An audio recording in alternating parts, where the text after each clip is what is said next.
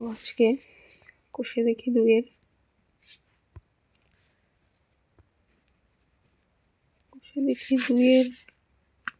চার দাগ থেকে শুরু করবো।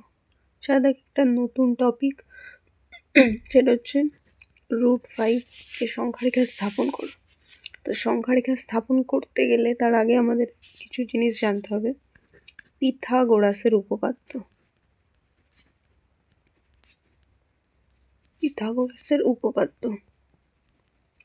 এটা কি জিনিস জানা যাক। পিথাগোরাসের উপপাদ্য শুধুমাত্র সমকোণী ত্রিভুজের ক্ষেত্রেই প্রযোজ্য। আর আমরা জানি যে সমকোণী ত্রিভুজ কি, যে ত্রিভুজের একটি কোণ 90 ডিগ্রি, এটি সমকোণী। এই কোণটা 90 ডিগ্রি, আর 90 ডিগ্রির বিপরীত যে বাহু, সেই বাহুটা হয় অতিভুজ। আর অতিভুজ সংলগ্ন যে দুটো বাহু থাকে তাদের মধ্যে যে কোনো একটি ভূমি, যে কোনো একটি লম্ব। তো এটাকে আমি ভূমি ধরে নিলাম, এটাকে আমি লম্ব ধরে নিলাম। ত্রিভুজের নাম দিয়ে দিই ABC। অতিভুজ পিথাগোরাসের যে উপপাদ্য, এখানে বলা হয়েছে যে লম্ব স্কয়ার যোগ ভূমি স্কয়ার সমান সমান অতিভুজ স্কয়ার। এই সূত্রটাকে কাজে লাগিয়ে আমাদের সংখ্যারেখা স্থাপন করতে হবে। তো প্রথমে সে √5কে সংখ্যারেখা স্থাপন। তো √5কে আগে আমাকে লম্ব ভূমিতে ভাগ করে নিতে হবে, ভেঙে নিতে হবে। √5কে কি লিখতে পারি? 4 যোগ 1। 4 মানে আবার কি? 2 স্কয়ার যোগ 1 স্কয়ার।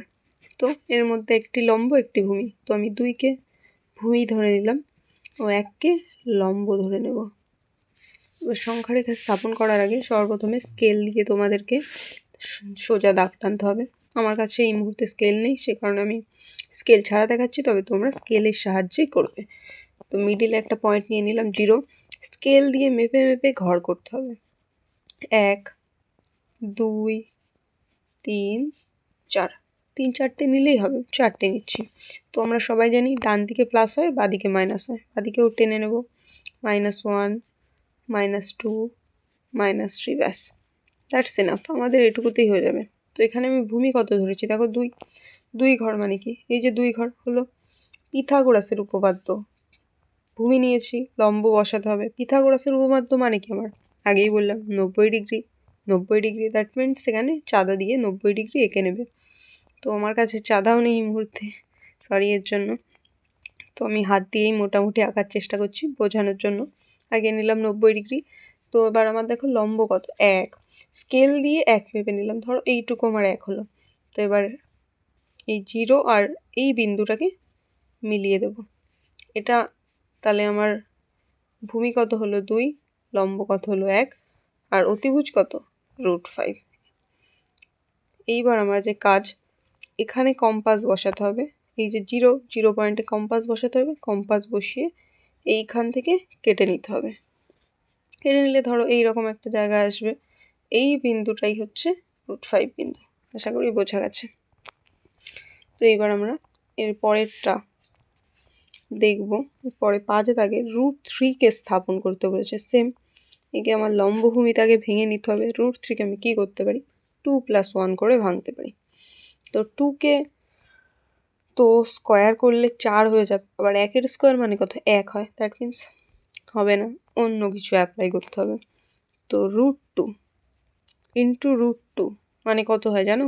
√2 ইন্টু √2 মানে হয় 2। দ্যাট মিনস আমরা বলতে পারি √2 এর স্কোয়ার, তার মানে 2। তো এইখানটা আমরা কি লিখব? √2 এর স্কোয়ার যোগ 1 এর স্কোয়ার হয়ে গেল। এর মধ্যে আমি 1কে ধরে নিচ্ছি আমার ভূমি, 2কে ধরে নিচ্ছি লম্ব। প্রথমে আমাকে আগে √2 স্থাপন করতে হবে, তারপরে আমি √3 স্থাপন করতে পারবো। তো √2কে যদি স্থাপন করি তার জন্য কি করতে হবে? √2কে ভেঙে নিতে হবে 1 যোগ 1, 1-এর স্কোয়ার 1-এর স্কোয়ার। তো তার মানে আমার এই একই হচ্ছে গিয়ে লম্ব, আবার এটা হচ্ছে ভূমি। এখানে পাতাচ্ছি। প্রথমে ভূমি নিয়ে নিলাম 1, 90 ডিগ্রি আঁকিয়ে নেব। এইটুকু ধরো আমার 1 সেমি। লম্ব মেপে নিলাম, এর সাথে কেটে নিলাম, পেয়ে গেলাম √2। √2 যখন আমি পেয়ে গেলাম, এবার আমি √3 করতে পারবো। √2 হচ্ছে আমার ভূমি, এই যে আমার ভূমি। ভূমির উপরে এইখান থেকে আমাকে 90 ডিগ্রি আঁকাতে হবে চা দিয়ে। ধরো এইরকম হলো 90 ডিগ্রি। এখান থেকে 1 সেমি মাপলাম, এইটুকু আমার 1 যে ভূমি হয়ে গেল। এইবার এখান থেকে আমি 0-র সাথে 1 মিশিয়ে দিলাম, হয়ে গেল। দেন আমার লাস্ট কাজ, এখানে কম্পাস বসিয়ে এইটা দিয়ে এখানে কেটে নিতে হবে। কেটে নিলে তাহলে এইসব জায়গায় কোনো একটা পয়েন্ট হলো বা কিছু হলো। এটা হয়ে গেল আমার √3। I think it's clear. Compass চাঁদা কিছু না থাকার জন্য আমি ভালোভাবে বোঝাতে পারলাম না, তো এটা একটা রাফ আইডিয়া দিতে পেরেছি।